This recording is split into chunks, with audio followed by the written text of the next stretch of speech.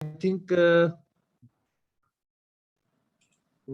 what I have got another resources that you also act as a consultant at the PRT member of SAQS for ICFI Business School. Am I right, sir? Yeah. That's a very good, sir. And ICFI Business School is a very good reputed school having internationally accreditations. Yeah, yes, accredited.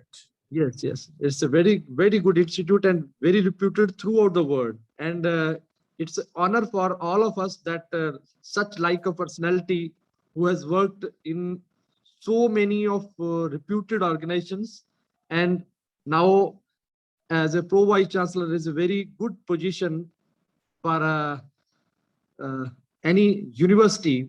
It's a very remarkable position, and such personality has joined us and inspired us, all of us, in this workshops today's.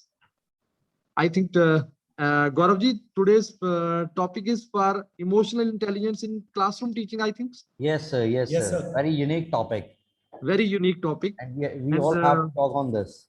Yes, we all sir. have to We discuss on need this. blessings and your experience in emotional intelligence in classroom teaching. That's a very touching and unique topic. And we need blessings and guidance from your side so that whatever the topic, unique topics chosen by IHM, that should be fulfilled, sir. Thank you so much. Thank you, sir. So now I request to our today resource person, Professor Dr. Nazrul Islam, to kindly take in your session for the and share your remarkable information and the knowledge with our all the participants. Thank you very much. Good morning to all of you. Honorable Dr. Ashwani Sethi, respected Dean, Chef Gaurav Khurana, Institute of Hotel Management, Guru Kashi University, Punjab, Mr. Jatin Sharma, distinguished colleagues and participants, good morning. It is an honor and privilege for me to welcome you to this webinar on emotional intelligence in classroom teaching, which has been organized by Institute of Hotel Management, Guru Kashi University, India. I wish to extend my deep appreciation to the Institute Authority for inviting me to share the thoughts of emotional intelligence in classroom teaching with the esteemed faculty members of the Institute and other institutes. I want to particularly thank the Dean of Institute of Hotel Management, Chef Gaurav Khurana, India, for inviting me to this faculty development, international faculty development program. I am delighted to welcome all the distinguished colleagues of Institute of Hotel Management and other universities who are attending this lecture on emotional intelligence and classroom teaching. I also thank and welcome other participants who will share their knowledge and experience with the faculty members and ensure an outcome that is grounded in the concrete realities of increasing the effectiveness in teaching learning process at the tertiary level of education. Dear colleagues, no aspect of education has been more investigated than that of teaching effectiveness in the world. During last 50 years, thousands of research studies have attacked the phenomena through teachers' personality and characteristics, teaching methods, students' understanding and growth, and classroom interactions with its many facets of social and emotional climate, group influence, leadership behavior, verbal behavior, and teaching techniques and strategies. Therefore, effectiveness in teaching and classroom efficiency is an important aspect of every teacher. Without the efficiency and effectiveness of teaching, a teacher cannot make the class outcome-based and cannot be accepted by the learners. Hence, for making classroom teaching effective, emotional intelligence is an important aspect of teaching learning process. today, what I will discuss under this topic, we shall discuss in a nutshell, who is a good teacher, what are the main purposes of teaching. We shall discuss the domains of learning, cognitive domain, affective domain, psychomotor domain. We shall discuss the concept of emotional intelligence and where is the place of emotional intelligence in learning. We shall discuss 6 attributes of emotional intelligence in cognitive domain, teaching with emotional intelligence. We shall see application of emotional intelligence in classroom teaching, how to develop a higher sense of emotional intelligence, and why is emotional intelligence important for teachers. Dear colleagues, you know, for perfect teacher, 3 things are important. He or she must be an expert of the subject. He must be able to teach and learn in teaching learning method, and he must be able to use those methods correctly. And the third one is the emotional intelligence, which is often neglected by the teacher. If we look at the signs of a good teacher, we shall see good teachers have got higher level training. They maintain the balance between lecturing and listening. They are the leaders in classroom, skilled leaders. They are able to engage their students in learning in classroom. Their students remain a top priority. They can give the sense of fairness to their students in evaluation, and they let their passions through their lessons.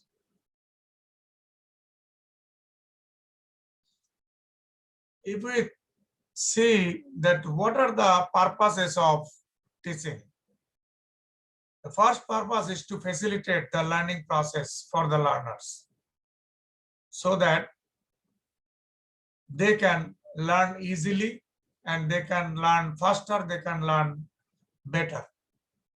This is the main purpose of teaching, facilitate the learning process of learners. Now, if you look at what is learning, all of you know that learning is nothing but the permanent change in the behavior of our learners that results from experience. Psychology of learning focuses on a range of topics related to how people learn and interact with their environments. Psychologist John B. Watson suggested that all behaviors are a result of the learning process, and he identified 3 major types of behavioral learning: classical conditioning, operant conditioning, and behavioral learning. He mentioned that classical conditioning learning is a neutral stimulus, is associated with a natural response in a learner. And operant conditioning is response is changed due to reinforcement, and behavioral occurs through observation and imitation of others. So these 3 types of learnings are occurred in classroom. So learning has got 3 domains, as I mentioned from the beginning of my lecture, that it has got cognitive domain, that is the thinking part. It has got emotional domain, that is the feeling part, and it has got behavioral domain, that is the acting part or doing part, thinking, feeling, and doing. In our teaching, we need to stimulate thinking among the learners through our lectures, through our delivery. In our lecture, we need to make our learners feel that yes, the topic or the idea we are discussing is important for them and they feel it. So that is another domain of learning. And thirdly, we need to engage them in practice. So practice makes a man perfect. So if they practice, if we exercise cases, and if we use labs and other things, then they will learn better. So the domains of learning is thinking, feeling, and doing. And perhaps we focus most on thinking part. We deliver lecture and students learn from our lecture, but it is only one part, cognitive part. There is also emotional part, there is also behavioral or doing part. If we go in depth with this cognitive domain, all of you know that Benjamin Bloom's identified 6 levels of cognitive domain: memorizing, understanding, analyzing, applying, evaluating, and creating. And Bloom mentioned that memorizing, understanding, analyzing, these 3 we need to emphasize at the primary and secondary level, and other 3, applying, evaluating, and creating, these 3 we must emphasize at the tertiary level of education. Now you know that memorizing, retrieving relevant knowledge from long-term memory. That means how quickly a person recall the past. That's the capability. And in our teaching learning process, in our teaching, we must teach how to memorize, how to keep the things in mind.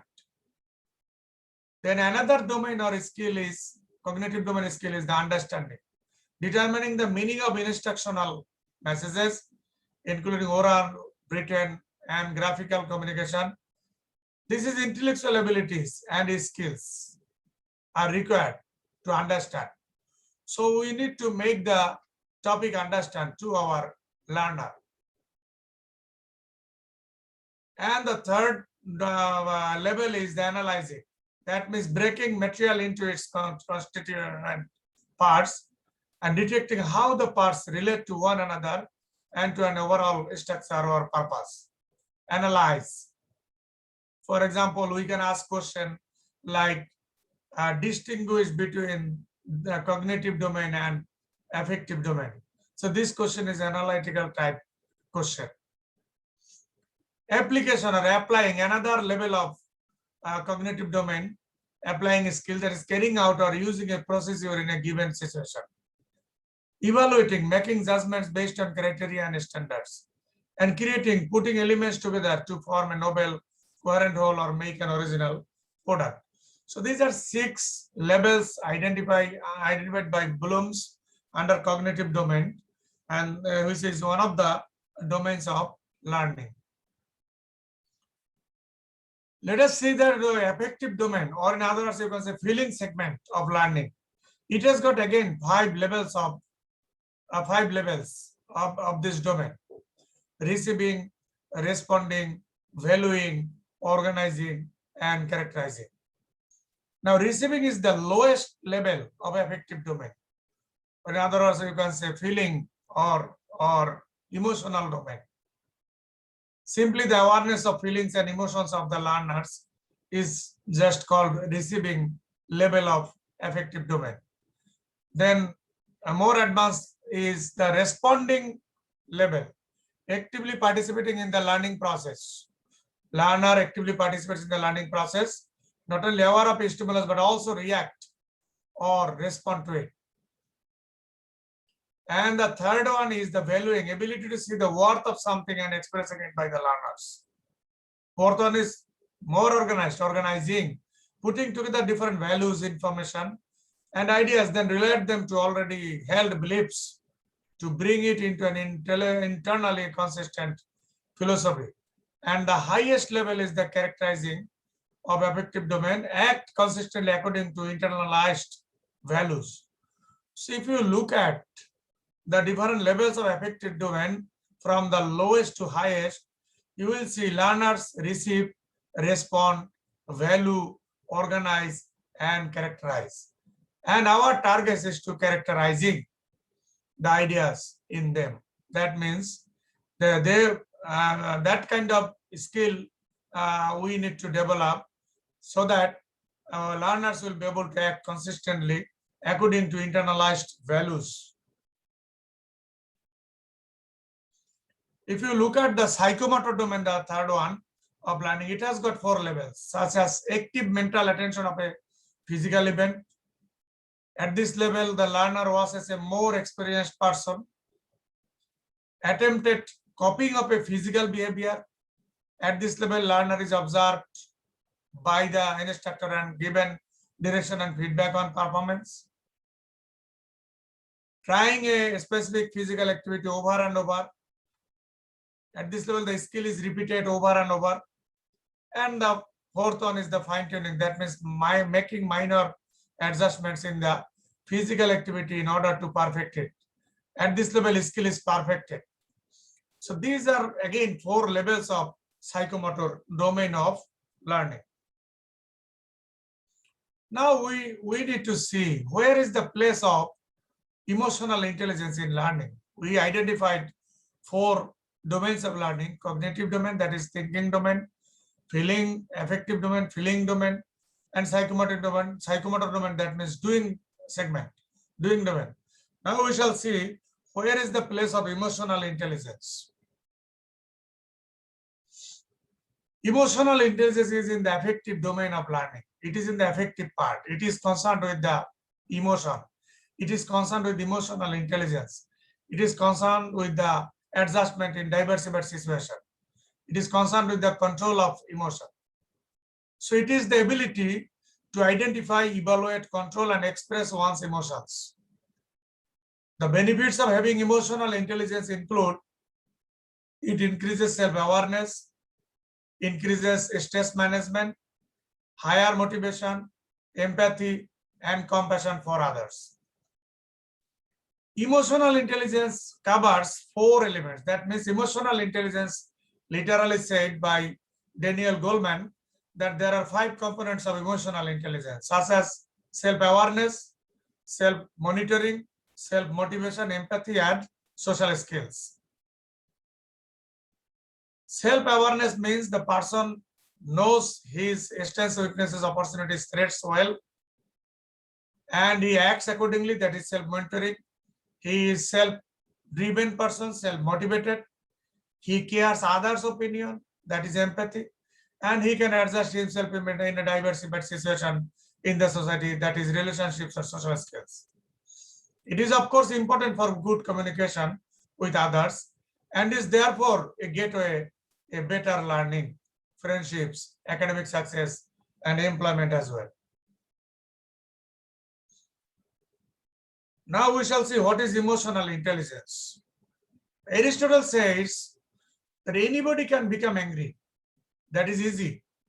But to be angry with the right person and to the right degree and at the right time and for the right purpose and in the right way, that is not within everybody's power and is not easy. Daniel Goleman said that we are being judged by new yardstick, not just how smart we are or by our training and expertise, but also how well we handle ourselves and each other. And that is emotional intelligence. Daniel Goleman also mentioned few things in his emotional intelligence theory. He said that in a very real sense, we have 2 minds, one that thinks and one that feels. So everybody has got 2 minds, one mind that can think, another mind that can feel. The emotional brain responds to an event more quickly than the thinking brain. That means the mind, that means feeling mind, responds quickly than the thinking mind. And our life is a comedy for those who think and tragedy for those who feel. So the people who feel more, life is a tragedy for them. People who think more or focuses more on thinking mind, their life is a comedy. Feelings are self-justifying without logic. with a set of perceptions and proofs all their own, which are highly intuitive in nature. Out of control emotions can make smart people stupid. People tend to become more emotional intelligence as they age and mature.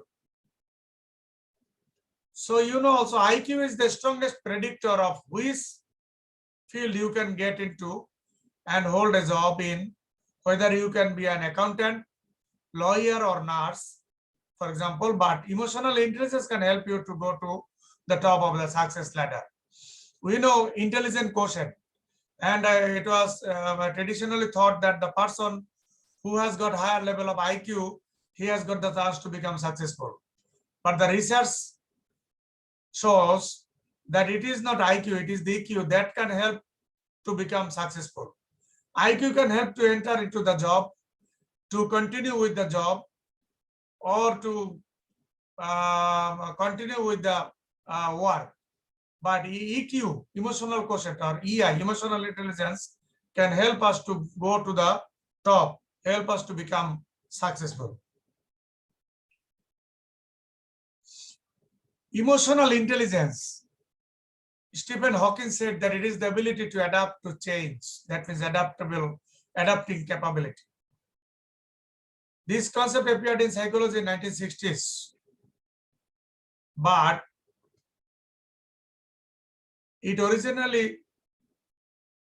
is popularized by Daniel Goleman in 1995. And it assists knowing one's internal states, preferences, resources, and intuitions. Goleman also viewed that emotional intelligence or emotional quotient as a driver for leadership performance. That means it is also concerned with leadership. Leader also must have this emotional intelligence. As I already mentioned, that emotional intelligence has got 5 components: self-awareness, self-regulation and management, self-motivation, empathy, and social skill. Now we shall see the details of these attributes. 6 attributes of emotional intelligence in cognitive domain of learning. Self-awareness, how this is built in cognitive domain. This is the ability to recognize and understand one's mood, motivations, and abilities. That's the ability. It is in cognitive domain, self-awareness, ability to recognize and understand one's moods, motivations, emotions, and abilities. Self-regulation, this is the ability to control one's impulses, the ability to think before you speak or react, and the ability to express yourselves appropriately. That is regulation. That means you know how to control yourself. You can think before you act. Motivation, self-motivation, this is having an interest in learning and self-improvement. It is having the strength to keep going when there are obstacles in life. That means inner feeling, inner drive, inner motivation. Empathy, this is the ability to understand other people's emotions and reactions. It can be said as the ability to put yourself in the other's shoes. You can see from the eyes of others. Empathy can only be achieved if self-awareness is achieved. If you do not understand yourself, you will not understand the emotions of others. And the social skills, this is the ability to pick up on jokes, customer service, maintaining friendships and relationships, and finding common ground with others. So these are 6 attributes of emotional intelligence, which are in cognitive domain of learning. So as faculty, we need to recognize this, and we need to capitalize this, and we need to use this in our teaching learning process and teaching. Now, emotion and self-awareness. Emotions are complex psychological state that involves 3 distinct components: subjective experience, physiological response, and behavioral expressive response. Subjective experience is one component of emotion. Physiological response, that is physical response, and behavioral response or expressive. So life is an emotional experience, so assessing it is very important. There are 3,000 plus words that describe emotions of human beings. Among these 3,000 words, 1,051 words describe positive emotions and 2,086 words describe negative emotions. You see, the negative emotion related words are almost double. But if we can make the negative words into positive words, then perhaps we will have higher level of emotional intelligence. Emotions are action signals, has hidden message. All emotions are called for action. That means actions are behind the emotion. If someone shows emotion, then it demands a kind of action. So when you can control emotions, your emotional intelligence, and that is called emotional intelligence or emotional quotient. Emotion and self-awareness. Emotional self-awareness is the ability to understand your own emotions and their effects on your performance on others. Understanding our own emotion and what is the impact on this emotion on others. First and most significant step of becoming emotionally intelligent and knowing thyself, organizing your own emotion, thoughts and values, and understand how it impacts you, your performance, and impacts others. You sense how others see you and so align your self-image with a larger reality. So high self-awareness equals high self-confidence. That means higher level of emotional intelligence. Emotion and self-regulation. You are always responsible for how you act, no matter how you feel. Remember that. Your ability to control disruptive emotions and moods is self-regulation. It assists managers to practice think before act, can help managers to think before starting acting. Individuals with high self-regulation are considered trustworthy, work with integrity, and take up challenges comfortably. And the emotional regulation disorder is often manifested by symptoms such as sudden and unexplained anger outbursts that gets displaced to someone who did not cause any harm. Emotional self-motivation. If you are motivated, you are probably optimistic no matter what's thrown at you. Self-motivation is the force that keeps pursuing us to go on. And it is our internal drive to achieve, produce, develop, and keep moving forward.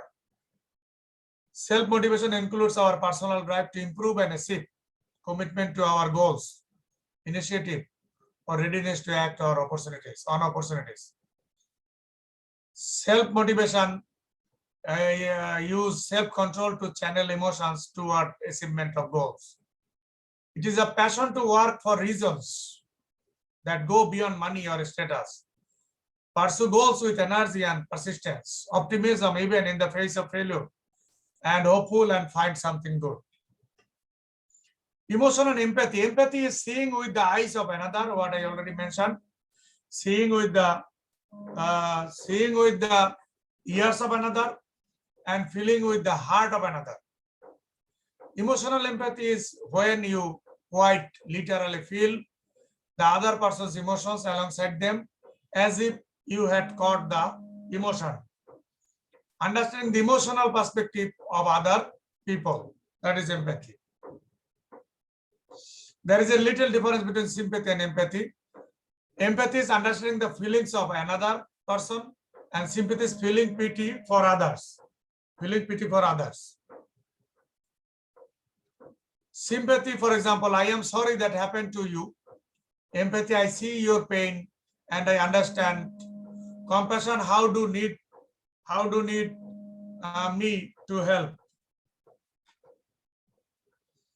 Three types of empathy. There are three types of empathy: affective empathy, somatic empathy, cognitive empathy. Three types of empathy we can divide. Affective empathy involves the ability to understand another person's emotions. Somatic empathy involves having a sort of physical reaction in response to what someone else is experiencing. And the cognitive empathy is the ability to understand another person's mental state. Emotional and social skills. Social skills means communication skills, collaboration and cooperation, and building rapport can help improving social skills. Being able to interact well with others, ability to manage relationships and build networks with others, ability to find common ground and build rapport, ability to resolve conflict, expertise in leading others and effective in leading change. It allows people to build meaningful relationships with other people and develop a stronger understanding of themselves and others. That is social skill. Now, dear colleagues, we shall see how this emotional intelligence is applied in classroom teaching. What are the issues related to classroom teaching and management? Number one, teacher's authority and leadership. That means there is a legitimate authority, reward authority, coercive authority, and expert authority that has got this by the teacher. Rules and procedures are there in class. Motivation of the students are important in class. Physical environment of the classroom is also very important. Time management of faculty. Lesson management by providing clear objectives. Withitness. Withitness means refers to a teacher's ability to be aware of what is happening in all parts of the classroom. Overlapping during lesson presentation and group focus. These are the issues related to classroom. Now, teaching with self-awareness. We can ask ourselves, what are our primary concerns in the classroom? Are we constantly involved in power struggles with some students? Do we desire for good relationships with all our students? Are we stressed out? These are the questions we can ask. We can ask for self-awareness in teaching. One can teach by knowing his style, by playing in his strengths, knowing his drivers, that means unconscious responses to messages we picked up in early childhood, and being aware of verbal and non-verbal communication. There are 5 key questions to increase teacher's self-awareness. Like, am I taking proactive steps to identify and resolve my own emotional causes? Am I paying attention to what I need to pay attention to as a faculty? Am I using effective strategies to reduce burnout and nurture my own mental health? Am I using an appropriate sense of humor to build relationships, reduce conflict, engage learners, and manage my own stress? Do I regularly acknowledge significant ways and others are making a difference in the lives of students? The second point is, second component of emotional intelligence is that self-regulation. So how this is connected with teaching? Building relationships with the students, building trust between teacher and student, establishing a structure in the classroom, and clear oral and written communication are considered important in self-regulation aspect of teaching. Benefits of emotional intelligence included better relationships with students, higher levels of student engagement. That is the main issue now, hot topic today, and more trusting relationships. However, students' home lives and limited training for emotional intelligence also can create barriers in this regards. How teaching is connected with self-motivation. Self-motivation is, in its simplest form, the force that drives you to do the things. People can be motivated by many things, both internal and external, such as desire to do something, love of someone, or need for money. Usually, motivation is a result of several factors. Daniel Goleman identified 4 elements that make up motivation, such as personal drive to achieve, that means the desire to improve or to meet certain standards, commitment to personal or organizational goals, initiative, which is defined as readiness to act on opportunities, whether we are ready or not, optimism, the ability to keep going and pursue goals in the face of setbacks. This is also known as resilience. Empathy and teaching. Empathetic teacher model it. That means your students are watching you even when you think they are not. Try to communicate empathy An empathetic teacher uses teachable moments in classes to explain how one student or even a character in a story might be feeling during a certain situation. This will get your students thinking about things from perspectives of others. Emphasize shared values and common interests rather than highlighting how your learners are different. Help them to recognize things they may have in common with one another. This includes things like hobbies and interests, or even just a shared desire to do good in job class. Offer a safe environment to discuss differences. You can give your students ample opportunity to respectfully discuss their differences within the context of classroom discussions. This allows students to recognize that having differences is not bad, but it leads them toward a healthy respect for the opinions and perspectives of others. You can use self-disclosure. That means when appropriate, share stories or examples about your own life to connect to students on a more personal level. An empathetic teacher is, after all, a human one. Create opportunities for collaboration, whether through group projects or teams during games. Allow students to work together and force bonds through their motivation to win or lose in an activity. Now, teaching and social skill. Social intelligence is the ability to successfully build relationships that I already mentioned and navigate social environments. Daniel Goleman identified 9 ways and argues you can improve your social intelligence by using these 9 ways. The proto conversion, social awareness and social facility. That means know how to have smooth and effective interactions. Your social triggers. Think of a time when you felt drained and defeated after an interaction. Your secure base. This is a place, ritual, or activity that helps us process emotions and occurrences. Broken bonds, lack of empathy. Positively infectious. When someone smiles at us, it's very hard not to smile back. Adapt to adapt. He said sometimes you should let yourself adapt their emotions. Put yourself exactly where they are. Beware the dark tide. Dark tide of people are the narcissistic or egoistic personality. That means Machiavellianism personality, and the psychopath or antisocial personality. Mind blind. Can you usually guess what someone is about to say? Are you good at predicting people's behavior? Do you think you are intuitive? If you answered yes to these questions, you probably have high mindset and higher level of social awareness. And a people prescription. That means Goleman's prescription for a long, healthy, happy life is positive relationships. So based on the discussions we made so far, we can say that emotional intelligence is an important and essential element for the success in our classroom teaching. Now the question is, why is emotional intelligence critical for teaching?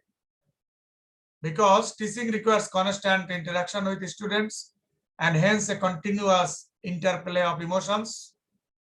It is now recognized that emotions serve as a powerful vehicle for enhancing or inhibiting learning. Negative emotions can reduce working memory, the memory system used for holding and manipulating information, while various mental tasks are carried out. And effective and successful teachers are mainly those who can handle negative feelings in a healthy way. So who is a good teacher then? Good teaching is 1/4 preparation and 3/4 theater. That means classroom. So the emotional intelligence in classroom is very, very important for being a good teacher. Great teachers emphasize with kids, respect them, and believe that each one has something special that can be built upon. Studies show that those individuals with high sense of emotional intelligence tend to succeed. So how to develop a higher sense of emotional intelligence? Become emotionally literate. That means label your feelings rather than people or situations. Say I feel instead of I know. Distinguish between thoughts and feelings. Take more responsibility for your feelings. Use your feelings to help make decisions. Use feelings to set and achieve goals. Feel energized, not angry. Validate other people's feelings. Use feelings to help show respect for others. Don't advise, command, control, criticize, or judge, or lecture to others. Avoid people who invalidate you. So these are the different ways one can develop by you following, one can develop a higher sense of emotional intelligence. So finally, we can say that if our emotional abilities are not in hand, if we do not have self-awareness, if we are not able to manage our stressing emotions, if we cannot have empathy and have effective relationships, then no matter how smart we are not going to get very far. Dear colleagues, as we know, it is not the smartest people who are the most successful or the most fulfilled in life. You probably know people who are academically brilliant and now unsuccessful at work or in their personal relationships. Their intellectual ability or intelligence quotient or emotional intelligence is not enough on its own to achieve success in their lives. Higher level of IQ, intelligent quotient, can help someone to get into college or to start a good job, as I've already mentioned. But it is the EQ, emotional quotient or emotional intelligence, that helps someone to manage his or her stresses and emotions when he or she faces problems at work. Therefore, both IQ and EQ or EI are important for being effective at work. IQ and EQ exist in tandem and are most effective when they build off one another. So the success is the function of IQ and EQ, not only IQ. Distinguished participants, you are all leaders, mentors, advisors, motivators in the teaching learning process, in classroom teaching, and I am fully confident that your knowledge, experience, and expertise will provide important insights on understanding and managing emotions of the learners and emotions of yourselves. I would like to conclude by again thanking the Institute of Hotel Management Authority of Guru Kashi University, who has honored me, in particular Chef Gaurav Corona, Dean Institute of Hotel Management, by inviting me for this webinar on emotional intelligence in classroom teaching. Thank you all. Thank you very much, sir. Thanks. Thank you so much, sir. So this is my humble request to all the participants. Now the session is open for your doubts and queries. So if you have any doubts and any query regarding this session, so you may please ask from the Professor Dr. Nazrul Islam.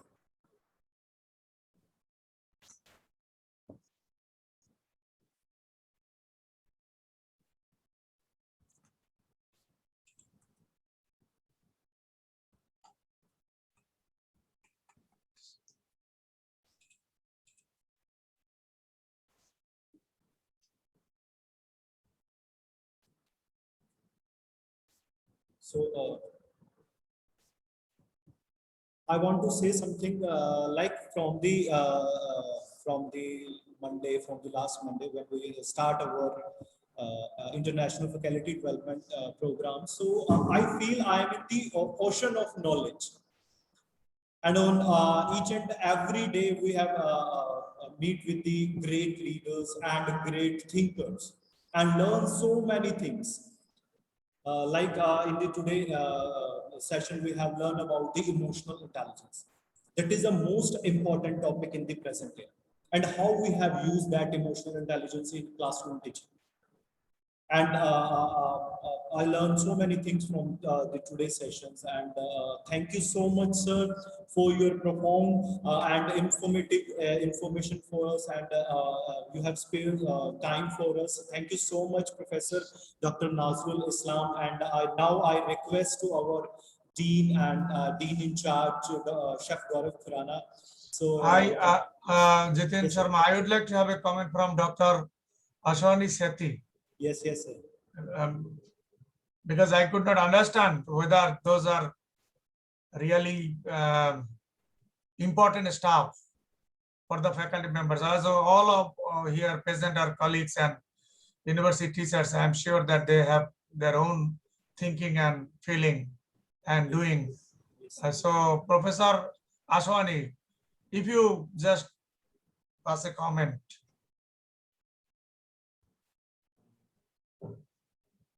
Maybe he's not here. He's out of the meeting. Okay, okay, then okay. So, I request to our Dean in charge, Chef Gaurav Khurana, kindly give a vote of thanks to our today's resource person, Professor Dr. Nazrul Islam. Right.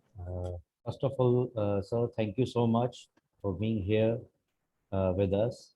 This quote suits you very much. A leader is one who knows the way, goes the way, and shows the way. So today you shows us the way of emotional intelligence.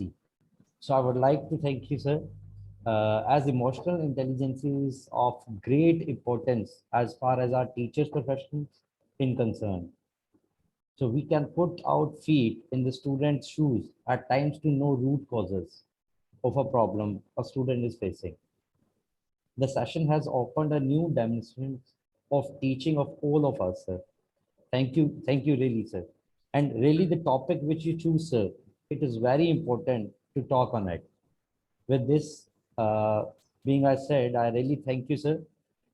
Thank you, Dr. Nazrul Islam, Honorable Pro Vice Chancellor for taking out this valuable time for us. And from your, obviously your busy schedule. Thank you so much, sir, for such a wonderful session. And we would love to have such sessions with you in future. And at last, I request all the faculty members from either Guru Kashi University or either from the different universities or research scholars, kindly work on that 3 domains of which learning part. First is think, we have to think first before we have to feel or act. Then we have to feel, and at last we have to act. With this, I would like to thank Dr. Virender Singh Rana, Dean, City University, to introduce us with the great personality, Dr. Nazrul Islam. And I would like to thank Dr. Ashwani Sethi to introduce our resource person. Again, sir, thank you so much, sir. Thank you for a great session. Thank you for a great topic. We love to have more session with you, sir, in future. Thank you, sir. Thank you, sir, for inviting me and sharing my thoughts with your esteemed Thank you. colleagues. Thank you. Thank you, sir. Thank you so much, Thanks a sir. lot. Thank you. Bye-bye. There is another information for all the participants that tomorrow we have a session. First in the morning 10 a.m. and in that time the resource person of that particular session is Dr. Thompson, and he's from USA. He's the professor in University of South Alabama. And in the second session, the Dr. Amit Putot. And the timing for that session is 1 o'clock. So I'll share the link one by one with you all. So you have join your session on time. Thank you so much for joining us for this International Faculty Development Program. Thank you so much. One more thing. Yes, sir. Yes, sir. Every participant kindly send your research papers or abstract to us as soon as possible. Please, I request you all. Like yesterday, I shared the message with you within the group. So if you have any doubts and any query related to that, so please ask us. And submit your research paper within a day or 2 days, because after that we will work on it and prepare the journal for that. So again, thank you so much for joining us for this International Faculty Development Program. Thank you, all the participants.